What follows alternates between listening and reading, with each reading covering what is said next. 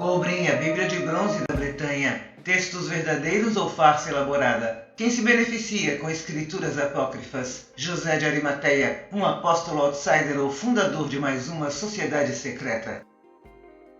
The Cobrem Bible, a Bíblia de bronze da Bretanha. O Apocalipse astronômico do Destroyer. O Cobrem é o único documento judaico-cristão que pretende narrar a história da criação do homem em sua totalidade, incluindo os seres inteligentes antropomorfos que estavam neste mundo antes do advento de Adão e Eva. Nesse livro, cosmogênese, geogênese e antropogênese são conciliados com o atual entendimento científico de evolução humana com o criacionismo associado ao design inteligente. Os princípios matemáticos encontrados no Cobrem refletem o antigo interesse dos druidas pelas estrelas, pela matemática e suas conexões com catástrofes globais.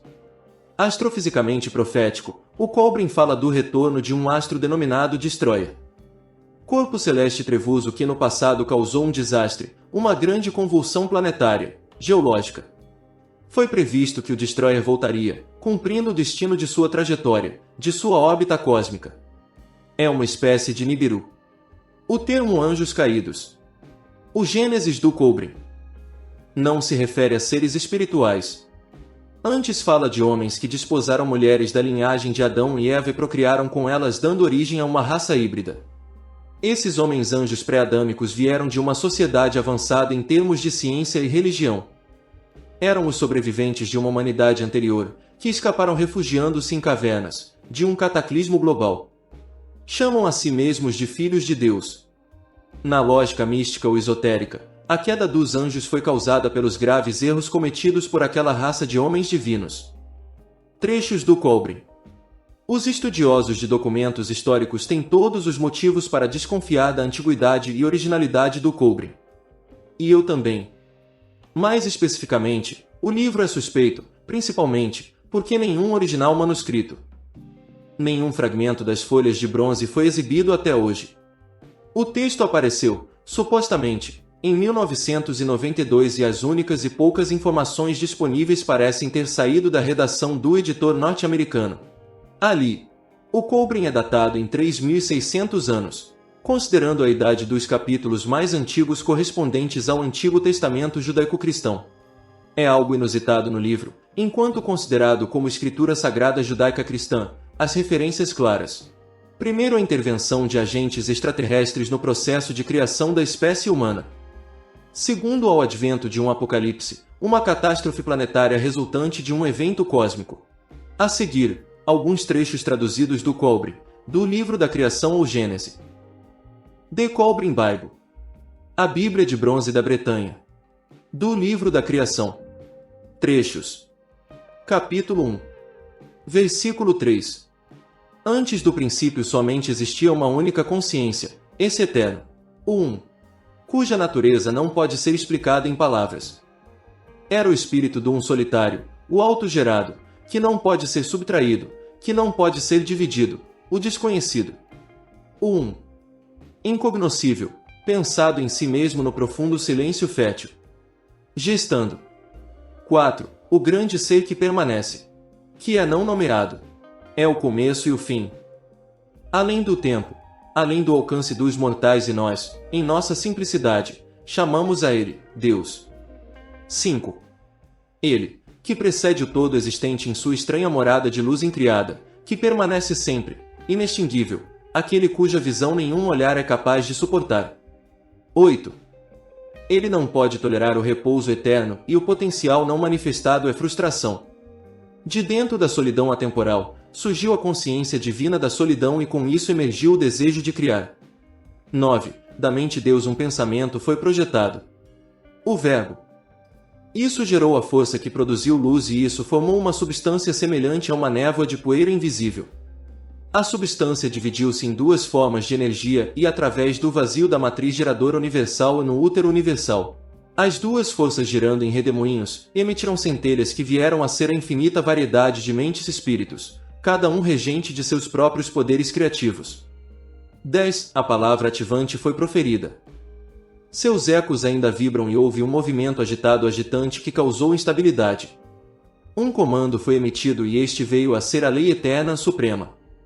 Desde então a atividade foi controlada em um ritmo harmonioso e, assim, a inércia inicial foi superada. A lei dividiu o caos materializando o caos de Deus, e assim foram estabelecidos os limites das esferas eternas. 11. E o tempo não mais dormia no âmago de Deus porque agora havia mudança onde antes tudo tinha sido imutável, e mudança. E ainda, agora, no útero de Deus havia calor, excitação, substância e vida, e contendo tudo estava a palavra, e a palavra é a lei. 12. O universo veio a ser como uma condensação do pensamento de Deus enquanto o próprio Deus se ocultava no seio de sua criação. Desde então Deus é oculto, e a criação não explica a si mesma. Seus segredos têm de permanecer segredos. Claro, mistério. 15. O poder foi adiante e produziu o sol de face luminosa e o sol brilhava radiante sobre sua irmã, a terra, e a terra estava sob a proteção de seu irmão. E se juntaram as águas sobre a terra e o solo apareceu. Mas as águas ainda rolavam sobre a terra, instáveis, o chão era lama, úmido, escorregadio. E mais uma vez o sol brilhou gentilmente sobre sua irmã e o solo imerso de seu corpo tornou-se firme. E o sol deu a ela vestes de lã e véus do mais fino linho.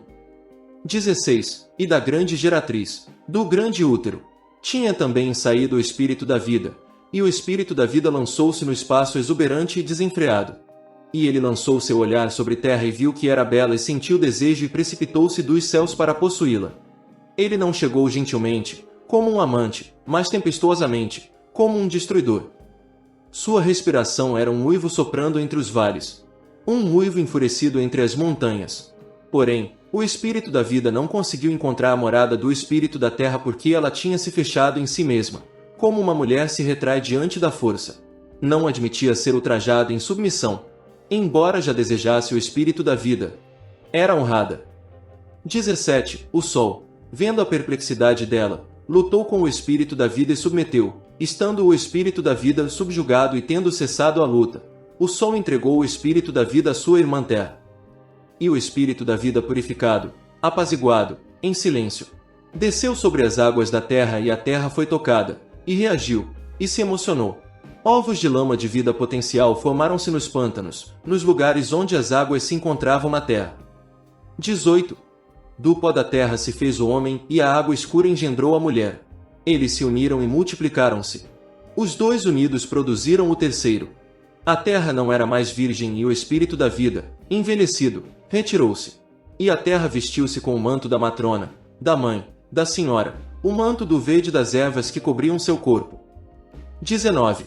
Nas águas desenvolveram-se peixes e outras criaturas, criaturas que se moviam sobre si mesmas e criavam redemoinhos. Eram as serpentes, os répteis rastejantes e as bestas de terrível aspecto que existiram no passado. Criaturas enormes e dragões de aparência repugnante cujos ossos gigantescos ainda podem ser encontrados. 20. Então, da potência geratriz da terra surgiram todas as bestas dos campos e das florestas. E todas as criaturas da criação tinham sangue em seus corpos, e isso estava terminado. Bestas erravam na terra seca e as criaturas aquáticas nadavam nos mares. Havia pássaros nos céus e vermes nas entranhas do solo. 21. Havia grandes massas de terra, altas montanhas, vastos desertos, abundantes cursos d'água, verdejantes campos férteis. A terra pulsava com a energia da vida. 22. Metais e gemas preciosas ocultavam-se nas rochas. Ouro e prata brotavam do chão. Havia cobre e madeira nobre, havia junco nos pântanos e pedras que serviam a todos os propósitos. 23. Todas as coisas estavam prontas, tudo estava preparado. A terra esperava o advento do homem. Olá, eu não pretendia fazer nenhuma intervenção nesse texto sobre a Bíblia de bronze da Bretanha, que eu mesma pesquisei e escrevi muitos anos atrás. Mas, ouvindo novamente esses trechos, não posso me furtar a dar um pitaco. Afinal, eu estudo religiões comparadas há muitos anos, e aí está, esta é a Bíblia de bronze da Bretanha. Esse documento obscuro é extremamente conveniente para endossar as visões humanas sobre a origem do cosmos e da humanidade. A Bíblia de Cobre, da Bretanha, admite a hipótese alienígena para a antropogênese e não demora muito, a gênese do cobre começa a antropomorfizar a natureza, retomando um transcendentalismo completamente primitivo e já superado. A certa altura do texto, temos o Sol como irmão da Terra. O Sol protege a Terra e a Terra torna-se a velha divindade pagã, o grande útero, que será fecundado pelo também antropomórfico espírito da vida. A narrativa parece um plágio distorcido da cosmogênese grega, na qual Gaia é assediada e finalmente fecundada por seu irmão, o espírito da vida, que na versão grega é Urano, divindade representativa do céu. Essa mistura de cristianismo com mitologia grega ou até mesmo mitologias de outras culturas é algo frequente em escritos apócrifos de origem duvidosa. Por exemplo, a filosofia gnóstica apresenta vários traços desse tipo de simbiose cultural. O principal texto de referência dos gnósticos é o tal de Evangelho Secreto de João. E também ali encontramos apresentados como revelação, como um texto original, uma estrutura de apresentação de origem do cosmos e do ser humano como algo que é atribuído a entidades que se tornaram independentes do poder supremo criador, o Deus vivo, único, a quem devemos fidelidade e adoração. Estas escrituras apócrifas, especialmente aquelas eivadas de misticismo, estão sempre a fazer malabarismos retóricos para retirar do Criador o mérito de ser autor de sua própria criação, em favor de outras entidades de caráter nitidamente demoníaco. Este canal está preparando um especial, é um vídeo longo, justamente sobre a filosofia dos gnósticos. E se você tiver interesse, deixe nos comentários o que você acha sobre produzirmos este vídeo expondo todas as contradições do gnosticismo, que é, inclusive, a origem da concepção daquelas entidades que são chamadas arcontes. Well, eu já falei demais. Se você gostou deste vídeo, por gentileza, deixe seu like, comente, compartilhe e, se possível, inscreva-se no canal. Eu agradeço pela sua audiência. Até o próximo vídeo.